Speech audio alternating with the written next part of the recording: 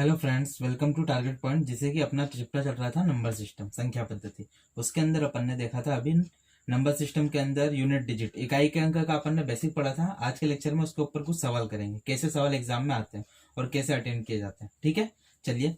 जैसे कि मैं सबसे पहले आपको बोर्ड पर ही सवाल भी लिख दूंगा। ठीक है, देखिए सबसे पहला सवाल है, जैसे कि 3 सवाल लिखता हूँ मैं साथ में। 2137 की पावर 753 है, और एक लिखा है 13 की पावर 2003। ठीक है, इन दोनों का यूनिट डिजिट निकालना है अपने को, सिर्फ यूनिट डिजिट निकालना है। तो आप देखो, यूनिट डिजिट निकालने का मैंने बताया था, अगर घात है तो आप यूनिट डिजिट निकालोगे, भले संख्या 5 अंक की हो, 4 अंक की हो, 6 अंक की, मतलब नहीं उससे। आप बस आखिरी अंक देखोगे और उसकी घात कितनी है, 753। तो मैंने आपको बताया था, जो रिपीटेशन चालू होता है वो हर 4 घात बाद होता है। तो जिसने ये बेसिक का लेक्चर नहीं देखा वो एक बार देख लेना, क्योंकि उससे से ये सारे सवाल होंगे। तो आप 4 के रूल में आखिरी के 2 अंक देखते हैं, जो अगर 4 से विभाजित अगर पूरी संख्या हो रही है तो हो जाती है पूरी संख्या।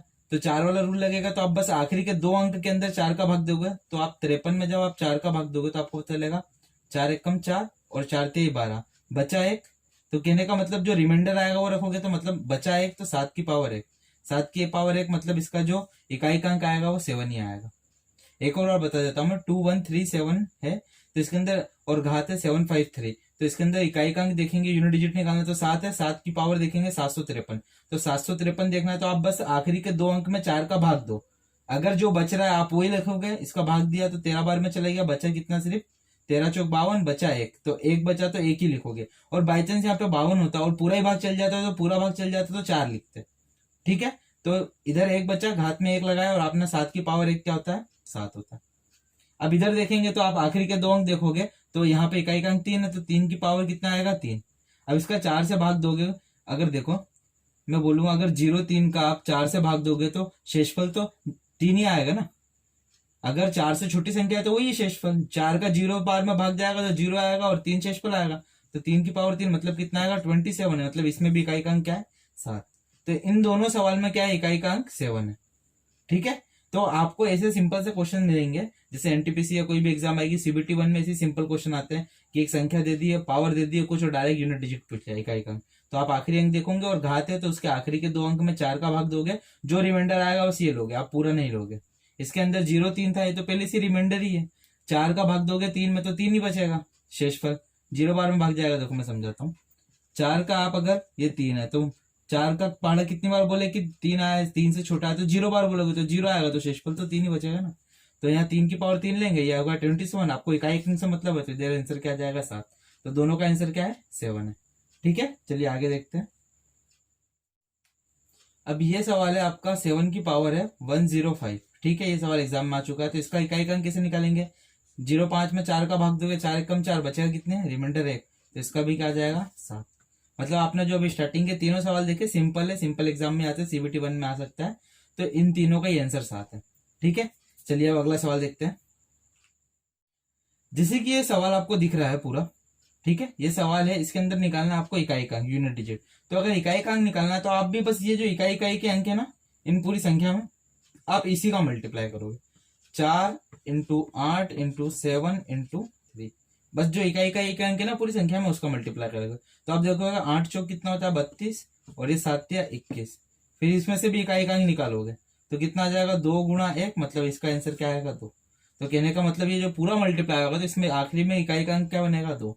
निकालने का तरीका, आप इकाई इकाई के अंक लोगे, मल्टीप्लाई कर लो, इन सबको भी मल्टीप्लाई कर सकते हो। मैंने 2 2 की टर्म ली, फिर इसके अंदर से भी इकाई का अंक अलग अलग निकाल के फिर इसका गुणा करा।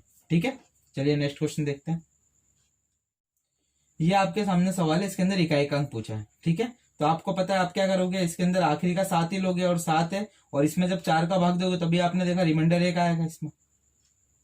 ठीक है, तो आप देखोगे 53 में 4 का भाग देंगे, 13 चौक 52, और एक बचेगा, तो आपने बस रिमाइंडर लेना, शेषफल लेना, तो 1 ले लिया घात में, शेषफल जो बचा, और इकाई का अंक 7 लिया। इधर कितना जाएगा, 1 की पावर 72 का, जब 4 से भाग दोगे तो पूरा ही चला जाएगा, तो इधर 4 ही आएगा। और आप देखोगे 7 1 है, तो 1 की कितनी भी पावर कर लो 1 ही आता है। 0 1 5 और 6 मैंने बताया था, इनकी कितनी भी पावर करो इकाई का अंक कभी चेंज नहीं होता। तो आप देखोगे 7 × 1, तो इसका आंसर क्या आ जाएगा आपका, 7, मतलब इसका इकाई का अंक क्या है आपका, 7 है। ठीक है, चलिए अगला क्वेश्चन देखते हैं। जैसे कि ये क्वेश्चन दिया है 7 की पावर 95 और माइनस का है 7 की पावर 58। इसमें आपको पूछा इकाई का अंक बताइए, तो आप क्या करोगे, पहले आप घात में 4 का भाग देंगे। तो आप देखोगे जब 95 में आप 4 का भाग दोगे, 4 दूनी 8, बचा 1, 1 और 5 15, 4 3 12, तो शेषफल कितना बच रहा है 3। तो कहने का मतलब इधर 7 की पावर 3 लेंगे शेषफल में। और आप जब 58 को 4 से भाग दोगे तो 4 1 कम 4, बचा कितना 1, 4 4 चौक 16, बचा कितना 2, मतलब इधर शेषफल 2 आ रहा है, तो ये क्या जाएगा 3 की पावर 2। अब 7 की पावर 3 है, तो आप देखोगे जब 7 की पावर 3 है, तो जब आप 7 की पावर 3 कितना होता है, 7 की पावर 3 500, 7 करोगे। देखो डायरेक्ट निकालने का तरीका बताता हूँ आपको, इकाई अंक निकालना है ना, तो आप इसे देखा करो 7 × 7 × 7, तो आप देखोगे कितना बनेगा 7 49 × 7, इकाई का अंक देखोगे इधर 7 है, तो इकाई का अंक देखोगे तो 9 और 7 का गुणा होगा तो 21, सॉरी 9 और 7, 7 9 63, 63, तो इधर 3 आएगा।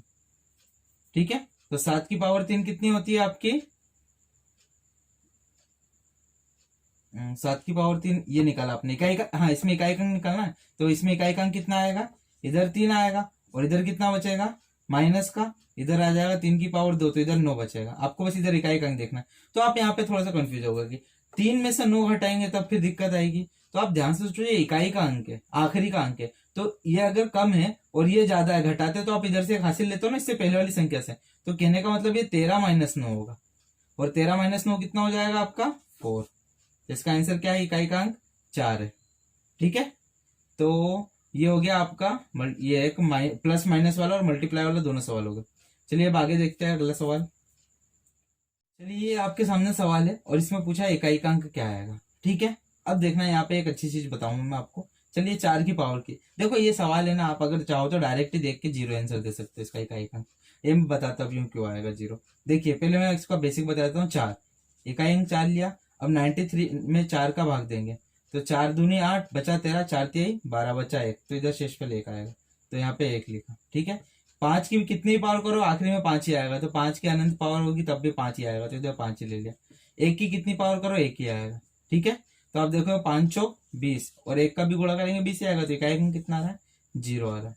तो आप बस ये देखा करो, अगर कहीं सवाल में 5 है और कहीं पर एक सम संख्या है, क्योंकि सम संख्या का स्क्वायर करोगे 3 करोगे कुछ भी करोगे, सम संख्या की पावर कितनी भी करोगे एक सम संख्या ही बनेगा। ठीक है, तो एक होना चाहिए आपके 5, 5 का किसी भी सम संख्या, एक संख्या दिख गई सम, किसी भी सम संख्या से अगर गुणा हो रहा है तो एक 0 बन जाता है। तो इस कॉन्सेप्ट से आप इसका बस देखते से आंसर दे सकते हो 0, बिना पेन कॉपी के। ठीक है, और अगर पेन कॉपी लगाना है तो इससे कर लो रूल से आप। 5 की कितनी पावर करो 5 आएगा, 1 की कितनी पावर करो 1 ही आएगा, फिर सोल्व हो जाएगा। ठीक है, चलिए अगला क्वेश्चन देखते हैं। ये आपके सामने क्वेश्चन है, इसमें यूनिट डिजिट निकालना है, इकाई का अंक निकालना है। तो आप देखोगे तो आप इसका 3 है, और 3 का जब 61 में 4 का भाग दोगे तो कितना आएगा, शेषफल 1 आएगा। 15 चौक 60 होता है, बचेगा 1। ठीक है, अब ये 6 की पावर कितनी है 43 है, तो इधर शेषफल 3 आएगा। 43 का जब 4 से भाग दोगे तो 10 बार में भाग चल जाएगा, बचेगा 3, इधर 7, और इधर कितना आएगा शेषफल, इधर आएगा आपका शेषफल 2 आएगा। 82 का जब 2 से भाग दोगे तो शेषफल 2 ही आएगा। 2 चौक 8, 4 दूनी 4 से भाग देंगे, सॉरी। 82 का जब आप 4 से भाग दोगे, 4 दूनी 8, बचा 2, तो बचा 2 बस शेषफल। अब इधर कितना हो जाएगा 3, और आप देखोगे 6 का क्यूब होता है 216। ठीक है, 216 हो गया, और इधर आ जाएगा आपका 49, तो ये हो गया। अब इसमें भी इकाई का अंक लेंगे, तो यहाँ से 3 लिया, यहाँ से 6 लिया, और यहाँ से 9 लिया। अब ये 6 18 हो गया, और ये 9 हो गया, तो इन दोनों का गुणा होगा इकाई का अंक, तो 8 9 72, तो आंसर क्या आएगा इकाई का अंक इसका 2। इसका आंसर क्या आएगा आपका 2 आएगा इकाई का अंक। ठीक है, चलिए अगला क्वेश्चन देखते हैं। चलिए ये आपके सामने क्वेश्चन लिखा है, इसके अंदर आपको इकाई का अंक बताना है, यूनिट डिजिट। ठीक है, ये अब देखो 7 की पावर, अब देखोगे ये 1999 है, आपको बस आखिरी के 2 अंक में 4 का भाग देके देखना है कितना बच रहा है। तो आप जब 4 से भाग दोगे 99 का जब 4 से भाग दोगे, 4 दूनी 8, बचा 1, 1 और 9 19, तो 4 चौक 16, बचा कितना 3, तो शेषफल कितना आ रहा है 3, मतलब 7 की पावर 3। ठीक है, अब 1 की कितनी पावर करो 1 ही आएगा, सॉरी ये प्लस है, तो 1 की कितनी भी पावर करोगे कितना आएगा 1 ही आएगा। और 7 की पावर अभी आपने देखा यहाँ पर भी 7 की पावर है, तो कितना हो जाएगा, जब इससे भाग दोगे तो 7 की पावर 3 हो जाएगा। अब आप ध्यान से देखो, ये प्लस का 7 की पावर 3 है, ये माइनस का 7 की पावर 3 है, हट जाएगा, बचेगा कितना, सिर्फ एक ही बचेगा। और अगर 7 की पावर 3 की बात करो तो होता है 343 होता है। तो इधर भी 3 आएगा, इधर भी 3 आएगा, एक बार माइनस का एक प्लस का है, तो ये भी कट जाएगा। अगर सोल्व करना चाहो, आपको दिख रहा है अगर प्लस का 7 की पावर 3 है और माइनस का 7 की पावर 3 है तो हट ही गया, तो बचेगा क्या, सिर्फ एक। तो इसका आंसर क्या आएगा, एक। इकाई का अंक क्या आएगा, एक। ठीक है, चलिए अगला क्वेश्चन देखते हैं। चलिए, आपके सामने ये क्वेश्चन लिखा हुआ है, ये बड़ा सा क्वेश्चन है, ठीक है। इसका मल्टीप्लाई करेंगे तो आखिरी में इकाई का अंक क्या आएगा। तो आप बस ध्यान से सोचो, जो मैंने पहले बताया था, एक 5 दिखा आपको और इसमें कोई सम संख्या दिख रही है, इसके बाद वाली सम संख्या, तो कहने का मतलब 0 ही है इसका इकाई का, क्योंकि एक 5 और एक सम संख्या गुणा होगा 0 होगा, फिर 0 का किसी से भी गुणा होगा 0 ही रहेगा आखिरी में। तो इसमें इकाई का अंक क्या रहेगा आपका, 0। ठीक है, तो ये अभी कुछ सवाल करे थे आपने, ऐसे ही सवाल आते हैं सिंपल से यूनिट डिजिट के ऊपर। तो ये इससे पहले वाले लेक्चर मैंने बेसिक बताया था और अभी मैंने आपको क्वेश्चन करा दिया ताकि आपका माइंड में थोड़ा रहे कि कैसे सवाल आते हैं, इस पे कैसे क्वेश्चन बनते हैं। ठीक है, आशा करता हूं कि आपको ये सारे सवाल समझ में आए होंगे। चलिए मिलते हैं अगले लेक्चर में, थैंक यू सो मच।